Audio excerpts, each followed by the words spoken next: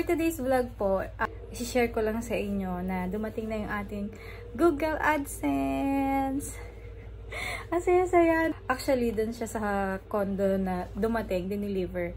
Nasa Batangas, nasa probinsya pa kami. Kaya, ang nag-receive nito yung mga guard na lang dun sa condo. Kaya, thank you dun sa kartero na nagdala dun sa condo. And then, yung sa mga guards na nag-receive ng aming Google AdSense. So, ayan, dumating siya ng January 4, 2021. And, ayan, Google AdSense. Galing siya ng, ano ba to? Malaysia. And then yung name ko, and then yung address nakalagay dyan. Subukan natin siyang ipasok yung PIN dun sa ating Google AdSense account. Para ma-verify and para makasahod na rin tayo kahit papano. Hindi man ganun kalaki yung sahod na matatanggap ko. Compare sa iba na siguro yung sasahurin ko na yun is 1 day lang nila sinasahod. Sobrang happy na rin kasi nga yung pagod namin ni Habi na nagva-vlog, although hindi naman kami ganun kagaling sa pagva-vlog, sa pagbi-video, ay nag-enjoy naman kami lalo na sa pagkain. Share ko lang na monetize ako nung August 17, 2020. Na-reach ko yung $10 na threshold para mapasahan ka ng Google AdSense noong September 13. Nag-second request ako noong October 5. After October 5, wala pa rin dumating. Nag-request ulit ako noong October 26. Kasi minsan parang 2 to 3 weeks or 21 days pwede ka na ulit mag-request, pwede ka na ulit mag-resend ng PIN. After October 26, nag-request ulit ako nung November 16. Yun na yung last na request ko. Kasi, sabi ko kung hindi siya dadating, kuha na ako ng valid ID na naka-address dun sa, nilagay kong address dun sa Google AdSense ko para mag-manual verification na lang. Kaya, sabay na dumating yung postal ID ko na ni-request last December and yung Google AdSense. Sabay na silang dumating. Bubuksan ko siya and then ipapasok natin siya sa aking Google AdSense account para ma-verify. So, nakalagay dito, alisin muna ang mga gilid. Tagalog na Tagalog, diba? Ito na. I-open natin.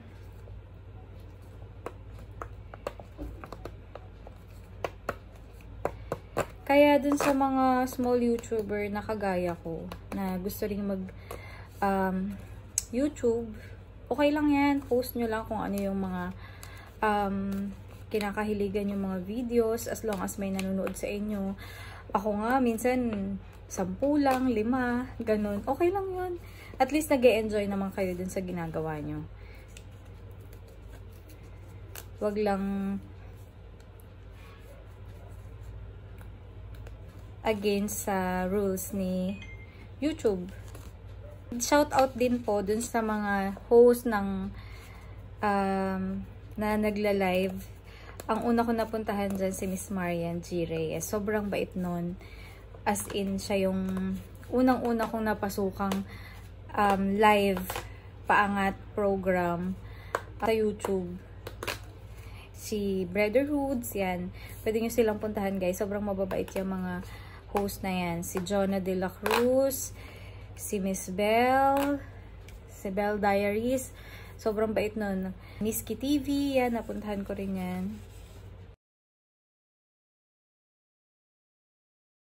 So, kung gusto nyong magkaroon ng ma-reach nyo yung 1,000 subscribers, pwede kayong sumali dun sa mga paangat program nila. Ito na siya, guys. Tatakpan ko na lang siguro yung pink. Nakalagay dyan. Ayan. May step 1, step 2, step 3, and step 4. Yan lang yung laman niya. Ayan. Ang iyong personal identification number sa Google AdSense. So, yan na siya, guys. So, ipapasok ko na siya sa Google AdSense account ko. I-screen record ko na lang guys. Ito guys, punta lang tayo dito sa ating Google AdSense account. Ayan, sa home. Nakalagay dito, yung aking account ay ano na lang, less than a month na lang para ma-verify yung PIN ko. If hindi ma-verify yung PIN, yun, mawawala na yung ads sa aking mga videos. Sa bandang baba, ayan, yung verify your billing address. Ito, we sent you a PIN noong November 16 pa yan. Pag binerify mo siya, wala nang resend PIN. So, ipapasok ko na siya. And then, submit. Ayun na! Your billing address has been verified. Yun lang, ganun lang kadali. Wala pang segundo lang.